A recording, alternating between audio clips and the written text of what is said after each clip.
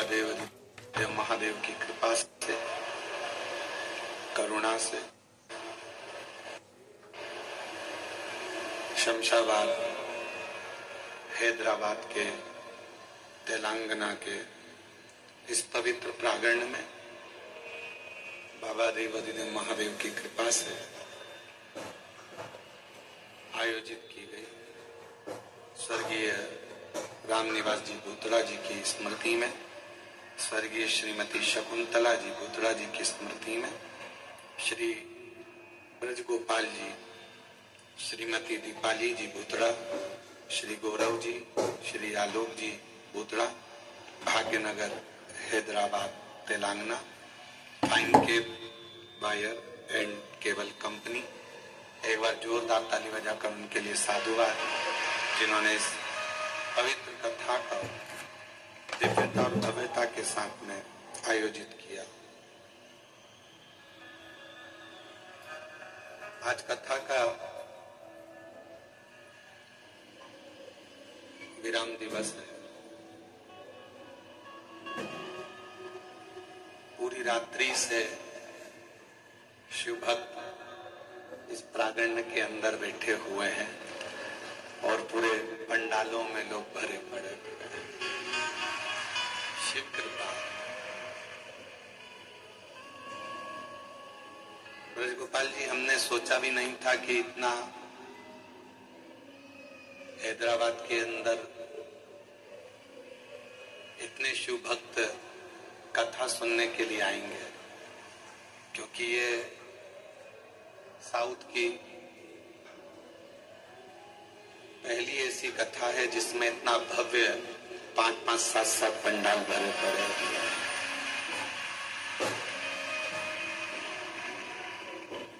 एक पंडाल तक तो साउथ में कथा हुई है, पर ये 1, 2, 3, 4, 5, 6, 7 ऐसे पंडाल जहां भरे पड़े हुए हों और भक्त रोडों पर बैठकर, ग्राउंड में बैठकर शिव पुराण की कथा को श्रवण कर रहे हों, शायद हैदराबाद के इतिहास की पहली कथा है।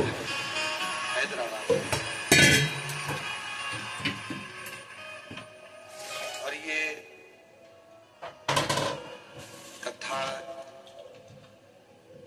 फिर निवेदन करूंगा मैं श्री ब्रजगोपाल जी भूतड़ा जी के लिए कि आपके माता पिता स्वर्गीय श्री रामनिवास जी भूतड़ा जी, स्वर्गीय श्रीमती शकुंतला जी भूतड़ा जी,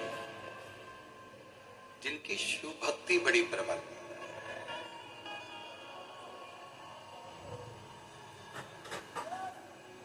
कल जन्माष्टमी का उत्सव मना रहे थे तो दीपाली भाभी जी बोली हैं कि गुरुजी, अगर नंद उत्सव में कुछ देना है आपको तो आप इतना जरूर दो कि बाबा इसी कथा हमेशा कराता रहे। सबर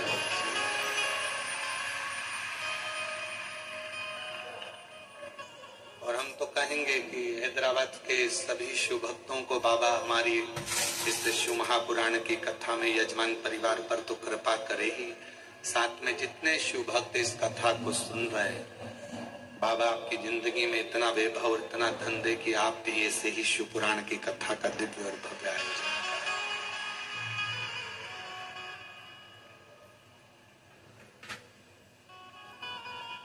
हैदराबाद आ जाना मतलब हमको लगता है कि हमारे 12 ज्योतिर्लिंग में से एक ज्योतिर्लिंग श्री मल्लिकार्जुन तक पहुंच जाए।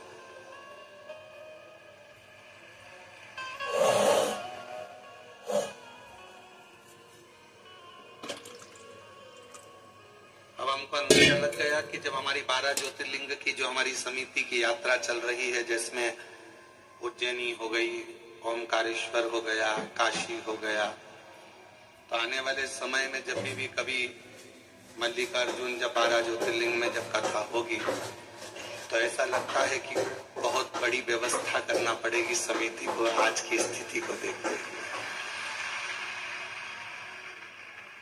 और एक और विश्वास के साथ कहकर जा रहे हैं कि मल्लिकार्जुन की कथा समिति को नहीं करना पड़ेगी।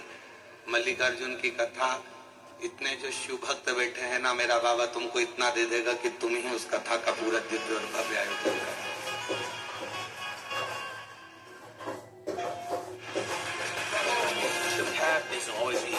For me, it's just about getting 1% better every day. The road to the top isn't always obvious. The play next year. But this is where the legacies are made.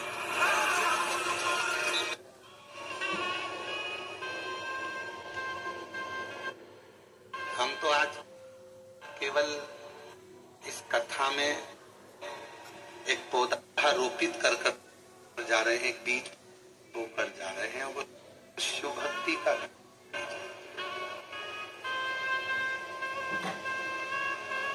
अब पौधा कितना बड़ा होता है, उस पौधे का, उस वृक्ष का स्वरूप कितना बड़ा होता है, ये तो भोलेनाथ ही जाने। और इतना विश्वास महापुराण में शुरू से रहा है और आज भी, क्योंकि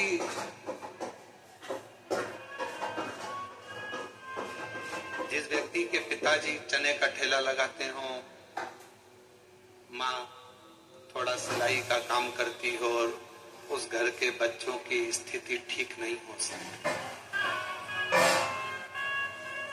पर मेरे भोले बाबा ने, मेरे शंकर भगवान ने जब इस जैसे जीव की भी स्थिति सुधार दी, तो इतना भरोसा शिव पुराण पर जरूर है कि जो कथा सुनता है उसकी स्थिति भी मेरा बाबा जरूर सुधार।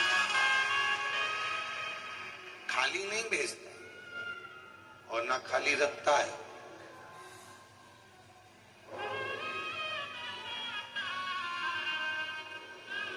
ना तो वो खाली रखेगा ना खाली भेजेगा। उसका नियम है कि लंका का राजा रावण भी अगर उनके दरवाजे पर मांगने के लिए आया तो उसको भी खाली नहीं रखा। तारकासुर ने भी अगर कुछ मांगा तो उसको भी खाली नहीं रखा। और हिरण्याक्ष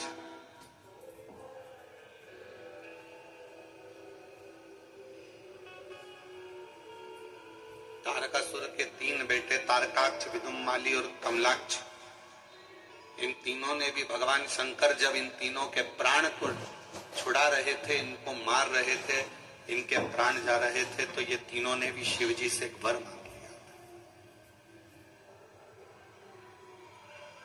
जैसे कोई टेंशन नहीं, दुकान की चिंता है ना कोई टेंशन नहीं, नौकरी की चिंता है ना कोई टेंशन। क्यों चिंता करते हो? सब उसको कहते हैं देव अधिदेव महादेव। क्या काम है महादेव का?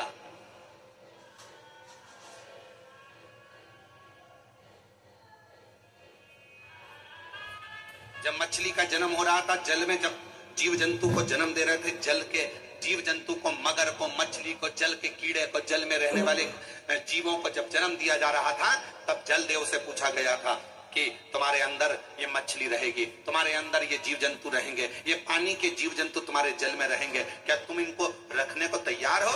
तो जल नारायण ने कहा था तुम चिंता मत करो, हम बैठे हैं, जब तक मछली मेरे जल में रहेगी, जब तक जीव जंतु मेरे जल में रहेगा, उसको मैं मरने नहीं दूंगा।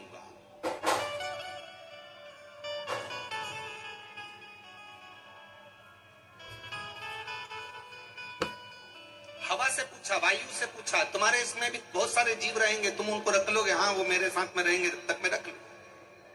अब आई बारी पृथ्वी की। पृथ्वी पर मनुष्य जन्म लेगा, पृथ्वी पर संसार के लोग जन्म लेंगे, जीव जंतु जन्म लेंगे, पशु पक्षी जन्म लेंगे। इनको कौन देखेगा? तो इनके लिए पूछा गया, भगवान नारायण से कहा गया, आप तो बैकुंठ में रहते हो, ब्रह्मा जी आप ब्रह्मलोक में रहते हो, पृथ्वी पर इनको देखेगा कौन? कौन संभालेगा इनको? कई माता पिता तो ऐसे होते हैं कि बच्चे को जन्म देने के बाद उनके प्राण छूट जाते हैं। कोई ऐसी माता होती है कि बच्चे को जन्म दिया, हॉस्पिटल में उसके प्राण छूट जाते हैं। कोई पिता ऐसा होता है कि बच्चे को जन्म दिया, कहीं एक्सीडेंट आदि में चला जाता है, अकेला रह जाता है। कोई ऐसा होता है कि कहीं घूमने गए, पूरा की पूरा परिवार चले जाता है, एक छोटा सा बच्चा गाड़ी में बच जाता है। कई आप लोगों ने अखबारों में पढ़े होंगे, कई न्यूजों में देखे होंगे कि छोटा सा बच्चा बच गया, बाकी सब चले गए। तो आखिर ये इनको पालेगा कौन, इनको संभालेगा कौन? पृथ्वी पर जन्म लेने वाले इन जीव जंतु और मनुष्यों को कौन देखेगा? तो कहा किससे पूछा जाए? तो कहा शिव जी से पूछा जाए, भगवान शंकर जी से पूछा गया। आप संसार में जन्म लेने वाले मनुष्य को, संसार सागर में जन्म लेने वाले जीव जंतु को संभाल लोगे? शंकर भगवान ने कहा, यदि संसार का मनुष्य कलिकाल में मुझे ध्यान करेगा और मेरे ऊपर अगर एक लोटा जल समर्पित करेगा तो वो मेरा परिवार का अंग कहलाएगा और उसकी रक्षा करना मेरी जवाबदारी।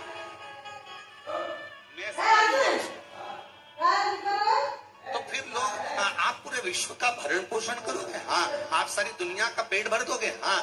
अगर आप सारी दुनिया का पेट भर दोगे तो आज से भगवान नारायण और ब्रह्मा जी ने कह दिया तुम्हारा नाम आज से विश्व का भरण पोषण करने वाले विश्वनाथ कर लो।